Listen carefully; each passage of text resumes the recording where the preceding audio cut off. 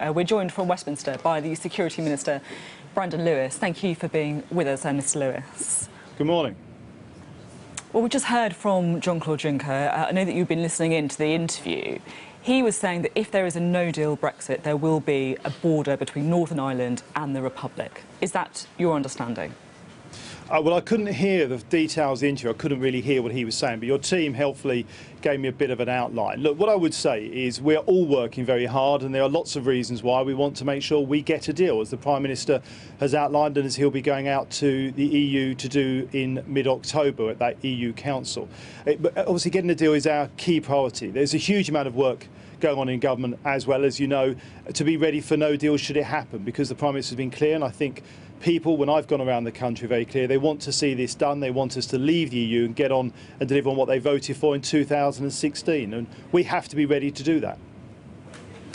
I know that you say that you're trying to get a deal, but we need to be honest now, don't we, about what the consequences of no deal might be. There will be a hard border, won't there, between Northern Ireland and the Republic in the event of a no-deal Brexit?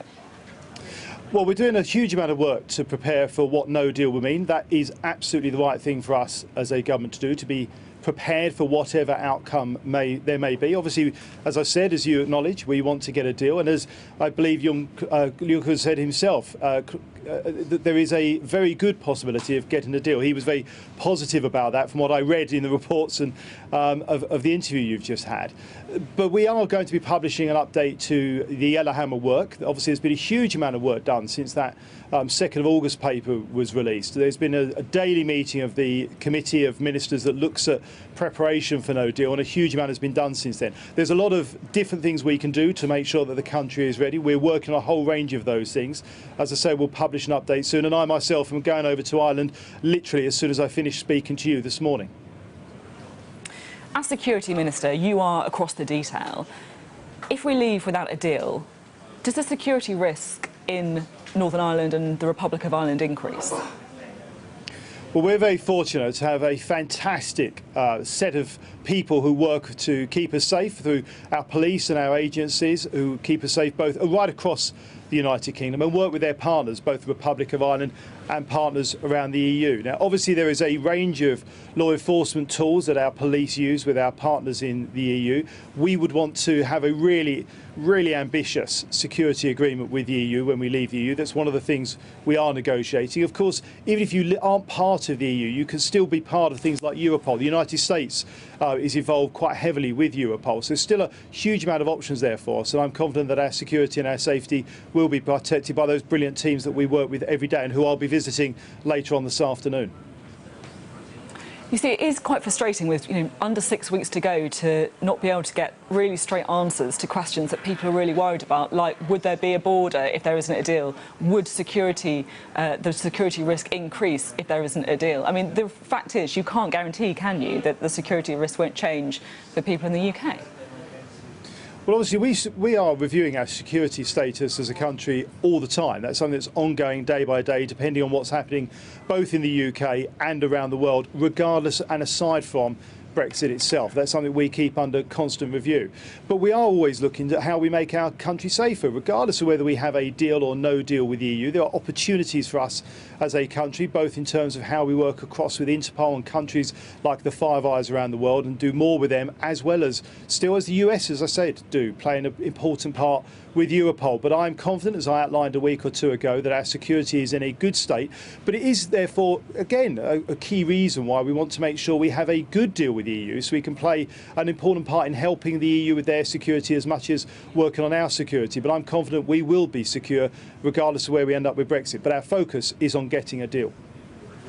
I mean, just looking at, for example, the Operation Yellowhammer document, I know you say that this is being updated, but this is still our basis of what the government's no-deal planning assumptions are, the reasonable worst-case scenario.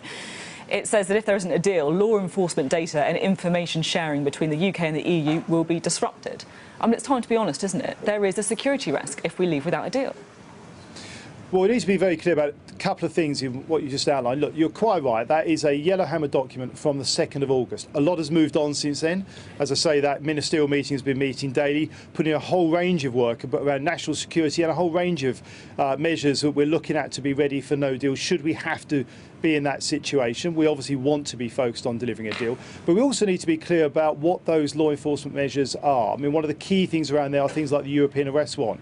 That's about what we do if we want to bring somebody who's committed an offence here in the UK back into the UK. There were methods pre the European arrest warrant. Obviously, it's a faster, simpler process. But our actual day-to-day security, as I say, I'm confident we've got agencies and our law enforcement work with our partners around the world and our partners in Europe is something that we can ensure we continue to be safe and secure. Obviously, we want to get a deal. We want to be able to make sure that we take advantage of working together with our partners in Europe for the benefit of everybody. OK. Now, we are awaiting the verdict from the Supreme Court on whether or not the Prime Minister acted illegally in proroguing Parliament.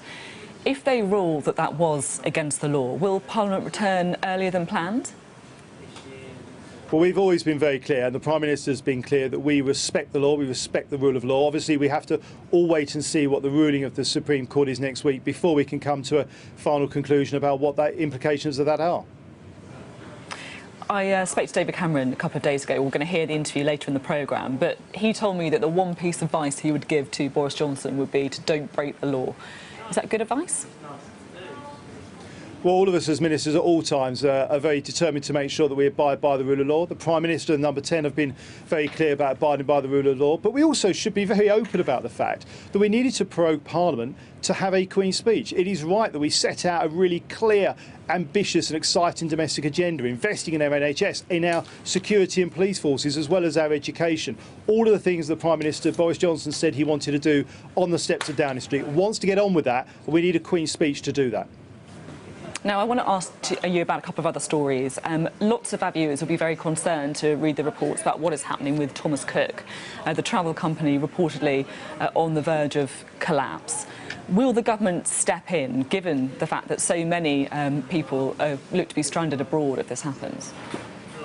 Well, I'm sure you'll appreciate, and I hope your viewers will appreciate, it would be inappropriate for me to comment on the individual financial situation of a particular company. I understand from what I've read this morning myself, as many of your viewers will have done, there are discussions and conversations going on through the day, and obviously I hope that they come to a positive conclusion. I mean, the reports that we're reading say 165,000 British holidaymakers could be needed to be flown home. Can you guarantee that if this happens, and of course, as you say, it's important not to speculate too much on what is going on, but if that happens, can you guarantee that all of those holidaymakers will be returned? Well, as I've seen reports earlier today, and some people may recall, we had a situation some time ago, a year or two ago, where we had to repatriate people back into the UK, and the government worked to do that. But I, again, would just say it would be inappropriate for me as a government minister to comment on the individual financial situation of a private company. So I'm going to hold back from doing that this morning. OK. Now, we're here at Labour conference. A little later on today, people at this conference are going to be debating and voting on a motion to abolish private schools. Is that something that you think is a good idea to improve social mobility? I find it slightly surprising to see this from the Labour conference, bearing in mind a number of frontline Labour parliamentarians themselves have used private schools for their children, including some of their shadow cabinet. Look, I believe we have a really good mix of education in this country. I have had an interest in that in the past myself. I think it's good that everybody gets a chance, whatever type of school is right for them and their child, to have that freedom to choose what is right for them and for their child. I think that's a matter of personal choice, and we should be very proud of the educational system we've got across the public and private sector here in the United Kingdom. What about the idea that Labour are putting forward to scrap Ofsted, the schools inspectors? I find that absolutely astounding. I'm not quite sure on what logic there is for getting rid of a mechanism that makes sure that public schools, all schools, are actually performing to a level that is good and appropriate for their children, and means that parents have got the information they need to make the decisions that are right for them, their family and their children. I think it's astounding. I would imagine that anybody watching this and reading about this would just be shocked the Labour are prepared to play such games with children's education. OK, Brandon Lewis, thank you very much for being on the programme. We'll get some the Labour reaction to some of those education policies shortly. Where we're here, as I said, at Labour Party conference, we're now joined by the Shadow Health Secretary, Jonathan Ashworth. Thank you very much for being with us bright and early this morning. Good morning. Now, you've got a new policy out, haven't you? What is it that you want to do? Well, I've been looking at the way in which prescriptions